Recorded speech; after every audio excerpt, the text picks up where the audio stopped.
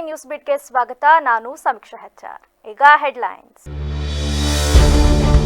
ಬೇಲೂರು ಹೆದ್ದಾರಿಯಲ್ಲಿ ಬೃಹತ್ ಗುಂಡಿಗಳು, ಪ್ರಾಣ ಕೈಯಲ್ಲಿಡಿದು ಸಂಚರಿಸುವ ದುಸ್ಥಿತಿ. ಗುಂಡಿಮಯ ರಸ್ತೆಗೆ ಸಾರ್ವಜನಿಕರ ಆಕ್ರೋಶ. ಕಾವೇರಿ ಒಡಲಿಗೆ ಜೀವ ಕಳೆ, ಕೆಆರ್ಎಸ್ ಜಲಾಶಯದ ಒಳಹರಿವು ದಿಢೀರ್ ಏರಿಕೆ. 6 ತಿಂಗಳ ಕಾಯುವಿಕೆಗೆ ಸಿಕ್ಕ ಫಲ. ತುಮಕೂರಿನಲ್ಲಿ ವಿಎ ಭುವನ ಸಾವು, ತಪ್ಪಿತಸ್ಥರ ವಿರುದ್ಧ ಕಠಿಣ ಕ್ರಮ. ಕುಟುಂಬಕ್ಕೆ ಪರಿಹಾರದ ಭರವಸೆ ನೀಡಿದ ಡಿಸಿಎಂ.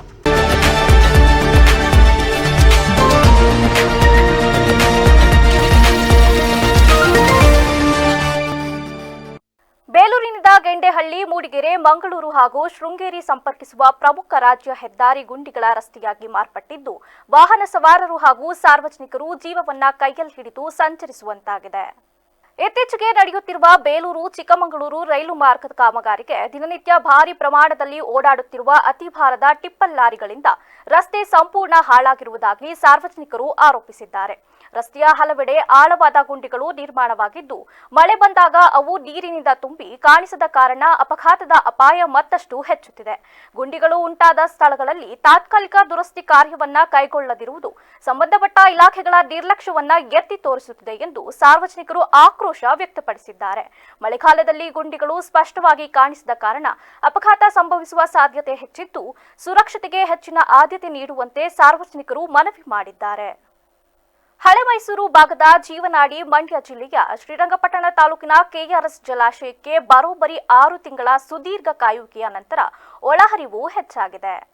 ನಿನ್ನೆ 1449 ಕ್ಯೂಸೆಕ್ ಇದ್ದ ಒಳಹರಿವಿನ ಪ್ರಮಾಣ ಇಂದು 4291 ಕ್ಯೂಸೆಕ್ಗೆ ಏರಿಕೆಯಾಗಿದೆ.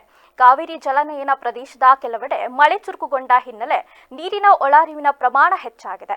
ಇದರಿಂದ ಜಲಾಶಯಕ್ಕೆ ಮತ್ತೆ ಜೀವಕಳೆ ಬಂದಂತಾಗಿದೆ. 124.80 ಅಡಿ ಗರಿಷ್ಠ ಮಟ್ಟದ ಜಲಾಶಯದಲ್ಲಿ ಸದ್ಯ 81.55 ಅಡಿ ನೀರು ಸಂಗ್ರಹವಾಗಿದ್ದು, ಜಲಾಶಯದಿಂದ 764 ಕ್ಯೂಸೆಕ್ ನೀರು ಹರಿಸಲಾಗುತ್ತಿದೆ.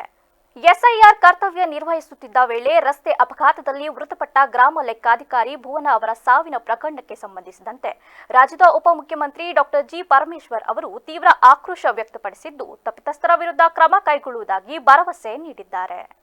ಮೊದಲು ನೆಲಮಂಗಲದ ಟಿ ಬೇಗೂರು ಬಳಿಯ ವರದನಾಯಕನಹಳ್ಳಿಯಲ್ಲಿರುವ ಮೃತ ಭುವನ ಅವರ ನಿವಾಸಕ್ಕೆ ಭೇಟಿ ನೀಡಿದ ಡಿಸಿಎಂ ಜಿ ಪರಮೇಶ್ವರ್ ಕುಟುಂಬಸ್ಥರಿಗೆ ಸಾಂತ್ವನ ಹೇಳಿದರು.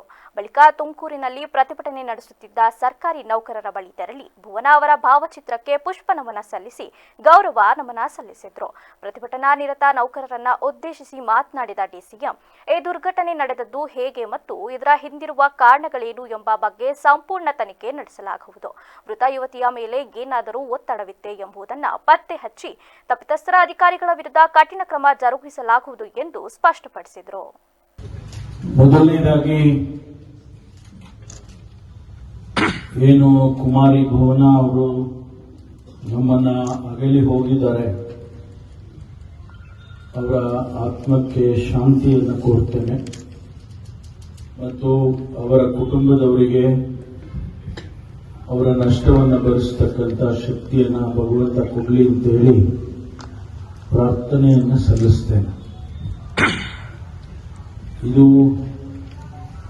ನಿಮ್ಮ ವಿಶ್ಲೇಷಣೆ ಮತ್ತು ನಿಮ್ಮ ತೀರ್ಮಾನಗಳು ಒಂದು ಕಡೆ ಆದರೆ, ಇವತ್ತು ಈ ಘಟನೆ ಯಾಕಾಯಿತು, ಒಂದು ವೇಳೆ ಒತ್ತಡದಿಂದ ಆಗಿದ್ರೆ ಅಥವಾ ಬೇರೆ ಬೇರೆ ಕಾರಣಗಳಾಗಿದೆ ಅನ್ನೋದನ್ನ ಪರಿಶೀಲನೆ ಮಾಡಿಸ್ತೇನೆ. ಎರಡನೇದು, ಯಾರು ಕೂಡ ಅನ್ಯತಾ ಭಾವಿಸಬೇಡಿ, ಶಾಂತಿಯಿಂದ ನಿಮ್ಮ ಪ್ರತಿಭಟನೆಯನ್ನು ಮಾಡಿದ್ದೀರಿ. ಹಾಸನ ಜಿಲ್ಲಾ ಕೇಂದ್ರದ ಬೃಹತ್ ಬಸ್ ನಿಲ್ದಾಣದಲ್ಲಿ ಪ್ರಯಾಣಿಕರು ಬಸ್ನಿಂದ ಇಳಿಯುವ ಸ್ಥಳದಲ್ಲಿ ಮೇಲ್ಛಾವಣಿ ಇಲ್ಲದಿರುವುದರಿಂದ ಮಳೆಗಾಲದಲ್ಲಿ ಸಾರ್ವಜನಿಕರು ತೀವ್ರ ತೊಂದರೆ ಅನುಭವಿಸುತ್ತಿದ್ದಾರೆ. ಪ್ರಯಾಣಿಕರ ಹಿತದೃಷ್ಟಿಯಿಂದ ತುರ್ತಾಗಿ ಮೇಲ್ಛಾವಣಿ ನಿರ್ಮಿಸಬೇಕೆಂದು ಸಾಮಾಜಿಕ ಹೋರಾಟಗಾರ ಅವರೇಕಾಡು ಪೃಥ್ವಿ ಆಗ್ರಹಿಸಿದ್ದಾರೆ. ಮಳೆ ಸುರಿಯುವ ಸಂದರ್ಭದಲ್ಲಿ ಬಸ್ನಿಂದ ಇಳಿಯುವ ಪ್ರಯಾಣಿಕರು ಮಳೆಯಲ್ಲಿಯೇ ನೆನೆದು ತಮ್ಮ ಲಗೇಜ್ಗಳನ್ನು ಹೊತ್ತು ಬಸ್ ನಿಲ್ದಾಣದ ಒಳಭಾಗಕ್ಕೆ ಬರಬೇಕಾದ ಅನಿವಾರ್ಯ ಪರಿಸ್ಥಿತಿ ನಿರ್ಮಾಣವಾಗಿದೆ. ಇದರ ಪರಿಣಾಮವಾಗಿ ಮಹಿಳೆಯರು, ಗರ್ಭಿಣಿಯರು, ವಯೋವೃದ್ಧರು, ಅನಾರೋಗ್ಯ ಪೀಡಿತರು, ಚಿಕ್ಕ ಮಕ್ಕಳೊಂದಿಗೆ ಪ್ರಯಾಣಿಸುವ ತಾಯಂದಿರು, ಶಾಲಾ ಕಾಲೇಜು ವಿದ್ಯಾರ್ಥಿಗಳು, ರೈತರು ಸೇರಿದಂತೆ ಸಾವಿರಾರು ಪ್ರಯಾಣಿಕರು ದಿನನಿತ್ಯ ಸಂಕಷ್ಟ ಅನುಭವಿಸುತ್ತಿದ್ದಾರೆ. ಮಳೆಯ ಸಂದರ್ಭದಲ್ಲಿ ಆತುರದಲ್ಲಿ ಬಸ್ನಿಂದ ಇಳಿದು ಒಳಭಾಗಕ್ಕೆ ತೆರಳುವ ವೇಳೆ ಜಾರಿ ಬಿದ್ದು ಗಾಯಗೊಳ್ಳುವ ಅಥವಾ ಪ್ರಾಣಾಪಾಯ ಸಂಭವಿಸುವ ಸಾಧ್ಯತೆಯೂ ಇದೆ. ಇಂತಹ ದುರಂತ ಸಂಭವಿಸಿದರೆ ಅದರ ಹೊಣೆ ಯಾರು ಹೊರುತ್ತಾರೆ ಎಂಬ ಪ್ರಶ್ನೆಯನ್ನ ಅವರೇಕಾಡು ಪೃಥ್ವಿ ಕೆತ್ತಿದ್ದಾರೆ. ಇದನ್ನ ನಾನು ಹಾಸನದ ಬಸ್ ನಿಲ್ದಾಣದಲ್ಲಿದ್ದೀನಿ. ಇವತ್ತು ಇಲ್ಲಿ ಪ್ರಯಾಣಿಕರನ್ನ ಇಳಿಸ್ಲಿಕ್ಕೆ ಅಂತ ಸಪ್ರೇಟ್ ಪಾತ್ ಮಾಡಿದ್ದಾರೆ. ಆದರೆ ಈ ಪ್ರಯಾಣಿಕರನ್ನು ಇಳಿಸುವ ಜಾಗದಲ್ಲಿ ಮೇಲೆ ಛಾವಣಿ ಯಾವುದೇ ಇಲ್ಲ. ಹಾಗಾಗಿ ಮಳೆ ಬಂದಾಗ ಪ್ರಯಾಣಿಕರು ಈ ಮಳೆಯಲ್ಲೇ ತಮ್ಮ ಲಗೇಜನ್ನು, ತಾಯಂದಿರು ತಮ್ಮ ಮಕ್ಕಳನ್ನು ಎತ್ಕೊಂಡು ಓಡೋಡಿ ಪ್ಲಾಟ್ಫಾರ್ಮಿಗೆ ಬರಬೇಕಾಗತ್ತೆ. ಆ ಸಂದರ್ಭದಲ್ಲಿ ಜಾರಿ ಬಿದ್ದು ಗಾಯಗೊಳ್ಳುವ ಸಂಭವ ಇದೆ. ಈ ನಿಟ್ಟಿನಲ್ಲಿ ಮಾನ್ಯ KSRTC ಸಚಿವರು ಈ ಒಂದು ಜಾಗಕ್ಕೆ ಇಲ್ಲಿ ಏನು ಪ್ರಯಾಣಿಕರನ್ನ ಇಳಿಸಲಾಗ್ತದೆ ಅಲ್ಲಿ ಒಂದು ಮೇಲ್ಛಾವಣಿಯನ್ನು ಮಾಡಿಸ್ಬೇಕು. ನೋಡಿ, ಈ ಜಾಗ ಇದೆ.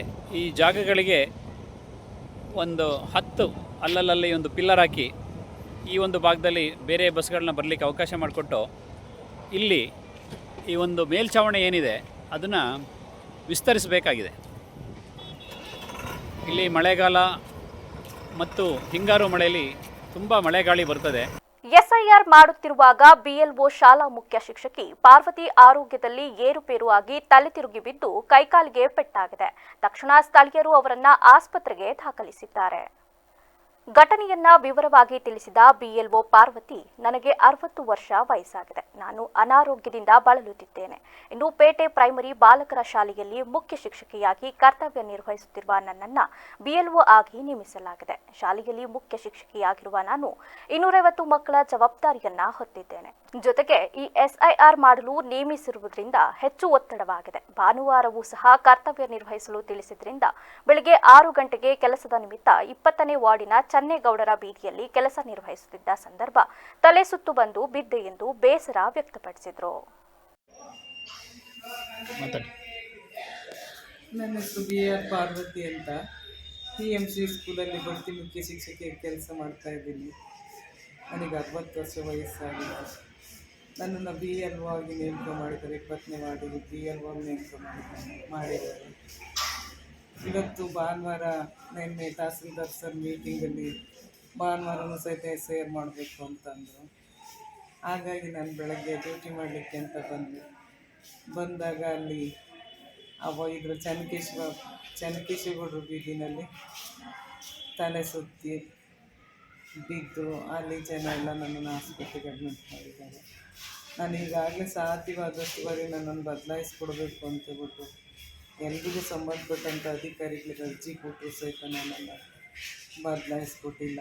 ಈಗ ಡಾಕ್ಟ್ರು ನನಗೆ 1 ವಾರದ ತನಕ ಬೆಡ್ ರೆಸ್ಟ್ ಕೊಡಬೇಕು ಅಂತೇಳ್ಬಿಟ್ಟು ಇದು ಮಾಡಿದ್ದಾರೆ. ಹಾಗಾಗಿ ನನಗೆ SIR ಕೆಲಸ ಮಾಡೋಕ್ಕೆ ಕಷ್ಟ ಆಗ್ತಾಯಿದೆ.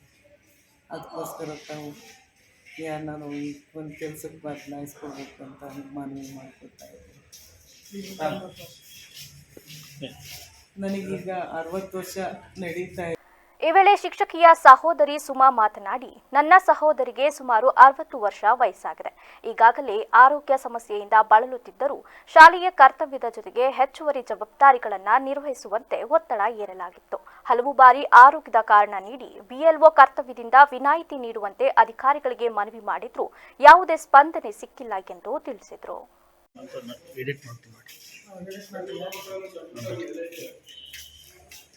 ನನ್ನ ಹೆಸರು ಸುಮಾ ಅಂತ ಹೇಳ್ಬಿಟ್ಟು, ಇವರು ನಮ್ಮ ಅಕ್ಕ ಆಗಬೇಕು.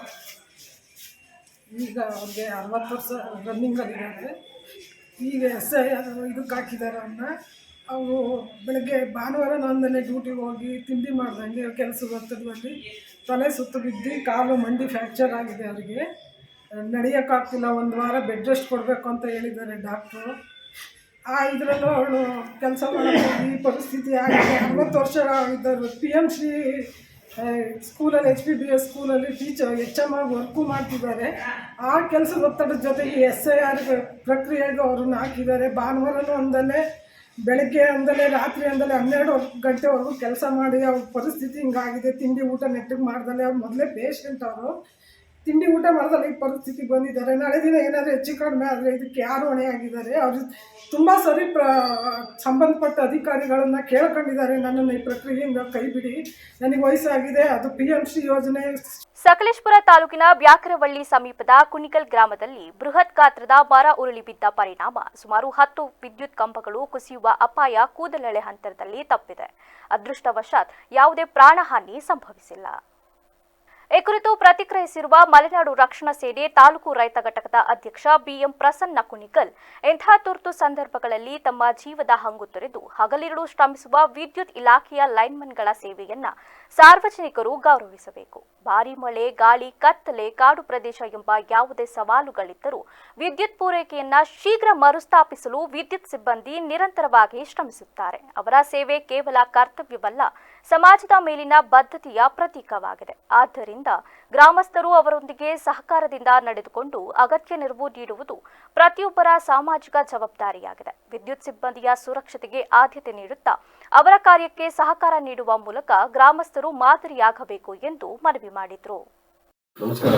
ಇಂದು ಬೆಳಗ್ಗೆ ಸುಮಾರು 7 ಗಂಟೆ 30 ನಿಮಿಷಕ್ಕೆ ಕುಣಿಗಲ್ನಲ್ಲಿ ಬೃಹದಾಕಾರದ ಮರ ಬಿದ್ದು ಕೂದಲೆಳೆಂತಿದೆ. ಸಾಧಾರಣ ಒಂದು 10 ಕಂಬಗಳು ವಿದ್ಯುತ್ ಕಂಬಗಳು ಮುರಿದೋಗುತ್ತಿದ್ದು, ಅದರಲ್ಲಿ ಒಂದು ಕೂದಲ ಅಂತರದಲ್ಲಿ ಭಾರಿ ಅನಾಹುತ ತಪ್ಪಿದೆ ಅನ್ಕೋಬೋದು. ಅದೇ ರೀತಿ ಇವತ್ತು ಅಥವಾ ನಿನ್ನೆಯಿಂದ ಸಾಧಾರಣ ಬ್ಯಾಕರಳ್ಳಿ ಸುತ್ತಮುತ್ತ ಭಾರಿ ಗಾಳಿ ಮಳೆ ಆಗ್ತಾ ಇದ್ದು ಭಾರಿ ವಿದ್ಯುತ್ ಕಂಬಗಳು ಮುರಿದು ಹಾನಿ ಆಗ್ತಿದ್ದಾವೆ. ಅದೇ ರೀತಿ ಇವತ್ತು ಎಲ್ಲ ನಾವು ವಿದ್ಯುತ್ ಮೇಲೆ ಅವಲಂಬಿತ ಇರೋದ್ರಿಂದ ಎಲ್ಲ ಗ್ರಾಮಸ್ಥರು ಸಹ ಎಲ್ಲಿ ಕಂಬಗಳು ಬಿದ್ದೋಗಿರ್ತವೆ, ಮುರಿದೋಗಿರ್ತವೆ, ಮರಗಳು ಬೀಳ್ತವೆ ಅಂಥ ಜಾಗದಲ್ಲಿ ಸಾರ್ವಜನಿಕರು ಸಹ ಲೈನ್ಮನ್ಗಳ ಜೊತೆ ಸಹಕರಿಸಿ ಅವ್ರಿಗೆ ಒಂದು ಹೆಲ್ಪ್ ಮಾಡೋಣ ಅಂತ ನಮ್ಮ ಉದ್ದೇಶ. ಅದೇ ರೀತಿ ಇಲ್ಲೇ ಯಾರೇ ಮರ ಬಿದ್ರೂ ಎಲ್ಲ ಗ್ರಾಮಸ್ಥರು ಸಹ ಅವ್ರ ಜೊತೆ ಕೈ ಜೋಡಿಸಿದ್ದೆ ಆದರೆ ಸುಗಮವಾಗಿ ನಾವು ಬೇಗ ವಿದ್ಯುತ್ನ ಸಂಪರ್ಕ ಕೊಡಿಸ್ಬೋದು. ಅದೇ ರೀತಿ ತುಂಬ ಗಾಳಿ ಮಳೆ ಆಗಿರೋದ್ರಿಂದ ತುರ್ತು ಪರಿಸ್ಥಿತಿ ಅಂದ್ಕೊಂಡು ಮನಸ್ಸಲ್ಲಿ ಅಂದ್ಕೊಂಡು ನಾವು ಸ್ವಂತ ಜವಾಬ್ದಾರಿ ಅಂದ್ಕೊಂಡ್ಬಿಟ್ಟು ಅವ್ರ ಜೊತೆಗೆ ಸಹಕರಿಸಬೇಕು ಅಂತ ತಮ್ಮಲ್ಲಿ ಮನವಿ ಮಾಡ್ತಾರೆ.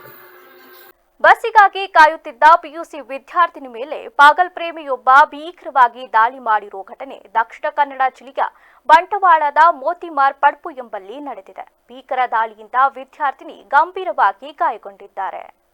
ಪ್ರೀತಿ ವಿಚಾರಕ್ಕೆ ಪಾಗಲ್ ಪ್ರೇಮಿ ಜವ್ವರ್ ಎಂಬಾತನೇ ವಿದ್ಯಾರ್ಥಿನಿ ಮೇಲೆ ಡೆಡ್ಲಿ ಅಟ್ಯಾಕ್ ಮಾಡಿದ್ದಾನೆ. ಚೂರಿಯಿಂದ ಆಕೆಗೆ ಇರಿದಿದ್ದು ಬಸ್ ನಿಲ್ದಾಣವೆಲ್ಲ ರಕ್ತಮಯವಾಗಿದೆ.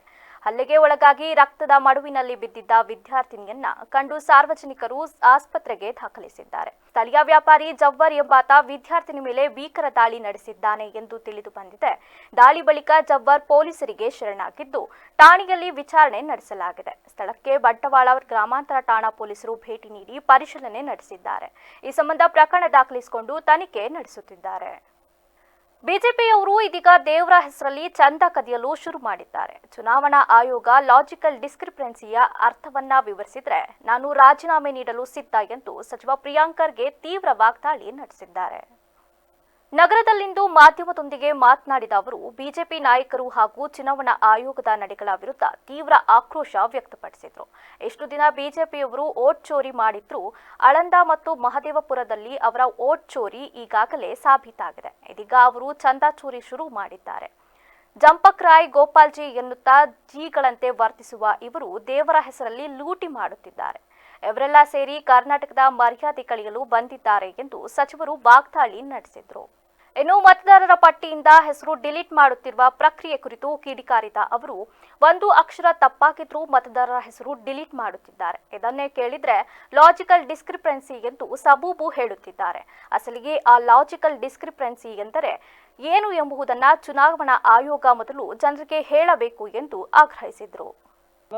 ಅದಾದಮೇಲೆ ಸಾಹೇಬ್ರು ಹೇಳ್ದಂಗೆ ಈ ಚೀಫ್ ಎಲೆಕ್ಷನ್ ಕಮಿಷನರನ್ನು ಆಯ್ಕೆ ಮಾಡುವ ಪ್ರಕ್ರಿಯೆ ಬದಲಾವಣೆ ಮಾಡಿದ್ರೆ ಚೀಫ್ ಜಸ್ಟಿಸಿಗೆ ತೆಗೆದ್ಬಿಟ್ಟು ಅವ್ರು ಯಾವುದೋ ಒಂದು ಕ್ಯಾಬಿನೆಟ್ ಯೂನಿಯನ್ ಕ್ಯಾಬಿನೆಟಿಗೆ ಹಾಕಿದ್ದಾರೆ. ಅವ್ರು ಯಾರು ಮಾತು ಕೇಳೋದು? ಪ್ರೈಮ್ ಮಿನಿಸ್ಟರ್ ಮಾತು ಕೇಳೋದು. 2:1 ಆಯ್ತಾ ಅಲ್ಲಿ.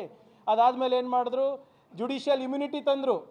ಚೀಫ್ ಎಲೆಕ್ಷನ್ ಕಮಿಷನರಿಗೆ ಏನಾದರೂ ಅವರು ಈ ಎಲೆಕ್ಷನ್ ಪ್ರಕ್ರಿಯೆ ಮಾಡಬೇಕಾದಾಗ ಅವ್ರು ಏನೇ ಮಾಡಿದ್ರೂ ಕೂಡ ಯಾವ ಕೋರ್ಟ್ನಲ್ಲೂ ಯಾರೂ ಪ್ರಶ್ನೆ ಮಾಡೋಂಗಿಲ್ಲ. Judicial immunity for a constitutional ಬಾಡಿಗೆ ಅನ್ಕಾನ್ಸ್ಟಿಟ್ಯೂಷನಲ್ ಪವರ್ಸ್ ಕೊಟ್ಟರು.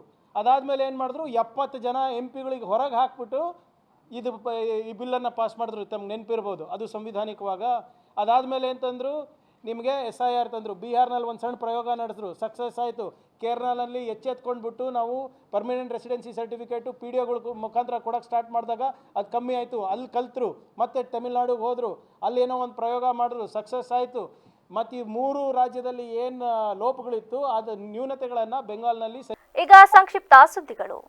ಹಾಸನ ಲೋಕಸಭಾ ಕ್ಷೇತ್ರದ ಸಂಸದ ಶ್ರೀಗಸ್ ಪಟೇಲ್ ಅವರು ಇಂದು ಸಕಲೇಶಪುರ ತಾಲೂಕಿನ ಅರೆಹಳ್ಳಿ ರಸ್ತೆಯ ಬಸವನಹಳ್ಳಿ ಸಮೀಪ ಗುಡ್ಡ ಕುಸಿತ ಸಂಭವಿಸಿರುವ ಸ್ಥಳಕ್ಕೆ ಭೇಟಿ ನೀಡಲಿದ್ದಾರೆ. ಭಾರೀ ಮಳೆಯಿಂದ ಉಂಟಾಗಿರುವ ಗುಡ್ಡ ಕುಸಿತದ ಹಿನ್ನೆಲೆಯಲ್ಲಿ ಸ್ಥಳ ಪರಿಶೀಲಿಸಿ ಅಧಿಕಾರಿಗಳಿಂದ ಮಾಹಿತಿ ಪಡೆಯಲಿರುವ ಅವರು ರಸ್ತೆ ಸಂಚಾರ ಪುನರ್ಸ್ಥಾಪನೆ ಹಾಗೂ ಅಗತ್ಯ ಮುನ್ನೆಚ್ಚರಿಕೆ ಕ್ರಮಗಳ ಕುರಿತು ಚರ್ಚೆ ನಡೆಸಲಿದ್ದಾರೆ. ಮಾಜಿ ಮುಖ್ಯಮಂತ್ರಿ ಹಾಗೂ ಬಿಜೆಪಿ ಹಿರಿಯ ನಾಯಕ BS ಯಡಿಯೂರಪ್ಪ ಅವರು ನಿನ್ನೆ ಮಂಡ್ಯ ಜಿಲ್ಲೆಯ KR ಪೇಟೆ ತಾಲೂಕಿನ ಕಾಪನಹಳ್ಳಿ ಗವಿಮಠಕ್ಕೆ ಭೇಟಿ ನೀಡಿ ತಮ್ಮ ಮನೆ ದೇವರಾದ ಸ್ವತಂತ್ರ ಸಿದ್ಧಲಿಂಗೇಶ್ವರ ಸ್ವಾಮಿಯ ದರ್ಶನ ಪಡೆದರು. ದೇವಾಲಯದಲ್ಲಿ ವಿಶೇಷ ಪೂಜೆ ಹಾಗೂ ಮಹಾಮಂಗಳಾರತಿ ನೆರವೇರಿಸಿದ ಅವರು ದೇವರ ಕೃಪೆಗೆ ಪಾತ್ರರಾದರು. ಈ ಭೇಟಿಯ ಸಂದರ್ಭದಲ್ಲಿ ಮಾಜಿ ಸಚಿವ KC ನಾರಾಯಣಗೌಡ ಹಾಗೂ ಮಂಡ್ಯ ಜಿಲ್ಲೆಯ ಪ್ರಮುಖ ಬಿಜೆಪಿ ಮುಖಂಡರು ಮತ್ತು ಕಾರ್ಯಕರ್ತರು ಉಪಸ್ಥಿತರಿದ್ದರು.